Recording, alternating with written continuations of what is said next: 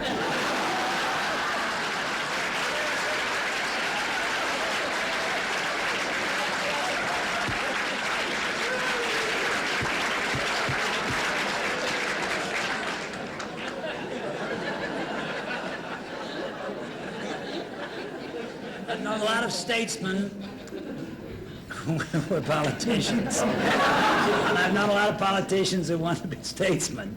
But this is the greatest combination of both that I've seen in a long time.